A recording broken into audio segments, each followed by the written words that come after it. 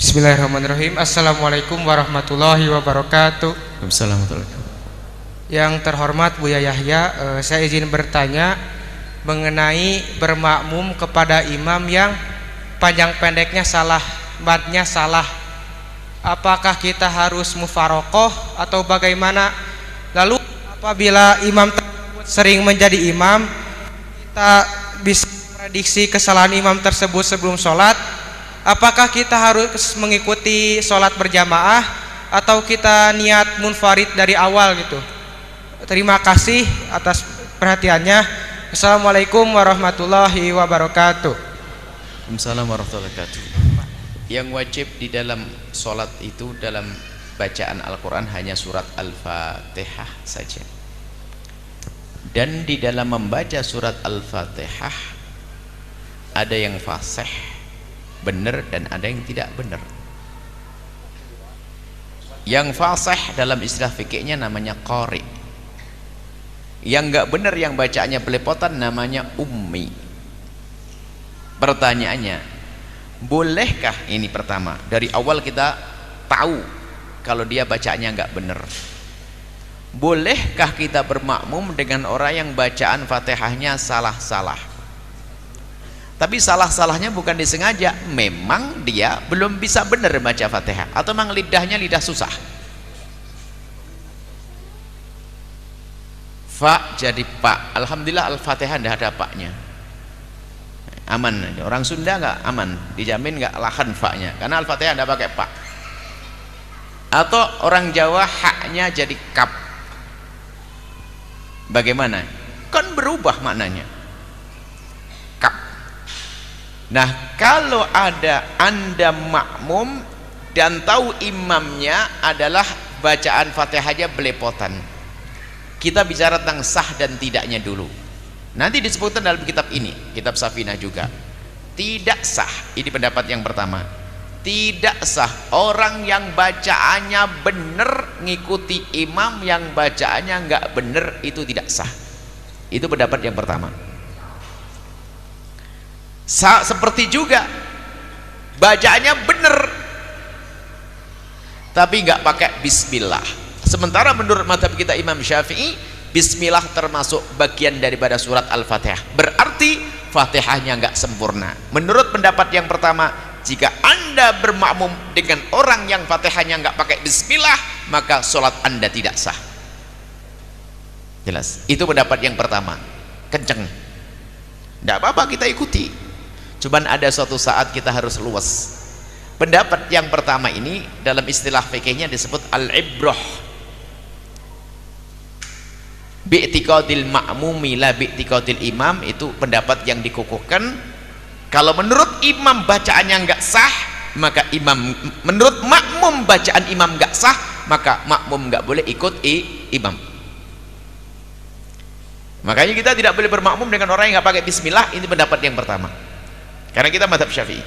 Pendapat yang kedua, ini perlu kita sosialisasikan. Pendapat yang kedua, karena kadang kita ketemu dengan orang yang nggak tahu diri di Indonesia, tiba-tiba nggak pakai bismillah, sudah begitu maksa jadi imam, susah diatur.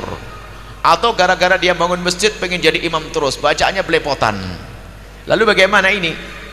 Pendapat yang kedua adalah al-ibrah bi'tiqadil imami. Kalau memang dia sah menurut dia, memang nggak bisa yang lainnya, haknya juga tetap begitu, dirubah-rubah juga nggak bisa, berarti kan sah menurut dia. Selagi sah menurut dia, kita ngikut di belakangnya juga sah. Ini agak luas pendapat yang kedua ya. Jangan kaku-kaku datang sebuah masjid, tatoannya bacaan imamnya belepotan, lalu Anda misahkan diri, nggak perlu.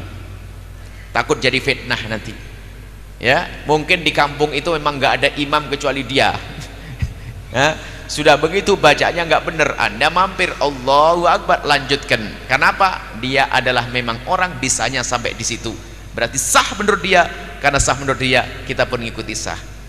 Atau tiba-tiba Anda besok bisa haji dan umroh, amin, tatanya di Mekah nggak pakai bismillah, Anda tidak perlu mufarokoh supaya tidak membuatkan fitnah juga.